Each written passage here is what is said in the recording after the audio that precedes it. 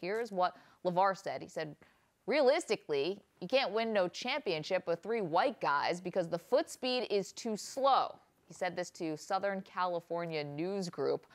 All right, Jordan, what's your thoughts on the latest from LaVar? Oh, man. I couldn't help but get on Twitter last night, Maggie, and I had 2 main points. One, it's ironic that he's talking about white guys and the lack of foot speed because Lonzo was the kid who got out-quicked.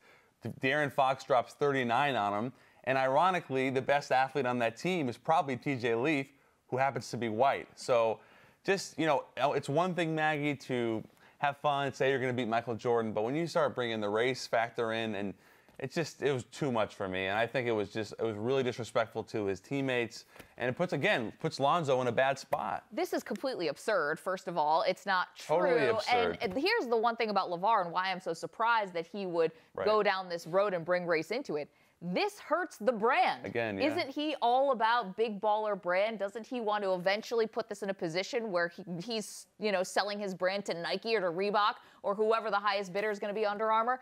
This, I can imagine, is not going to help because you don't want your company to be associated with something that's controversial, and this is going to be controversial. So if I'm LaVar, I feel like I overstepped a bound here, and I might be trying to backtrack. Now, will this have an impact on an NBA team? We talked about his comments before. It seemed like they were all pretty minor.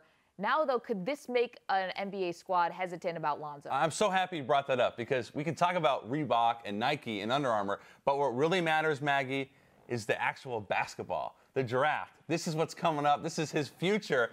I happen to know for a fact certain teams are going to be taking him off their board, which says a lot because this guy could be a legitimate top 5 pick, could be the number 1 pick. Yeah.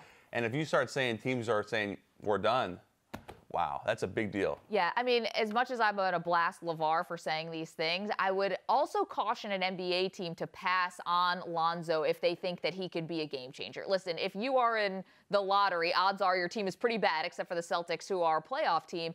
I don't know if you can take the risk on passing up on a guy who the ultimate ceiling for him is Jason Kidd. And if you feel like he can get there or you can help him get there, I think if you have a strong enough front office and if you have the right conversation with LaVar, you can say, listen, we're going to take Lonzo, but we do not want to hear one more word out of you. And I think they might have the ability to say that.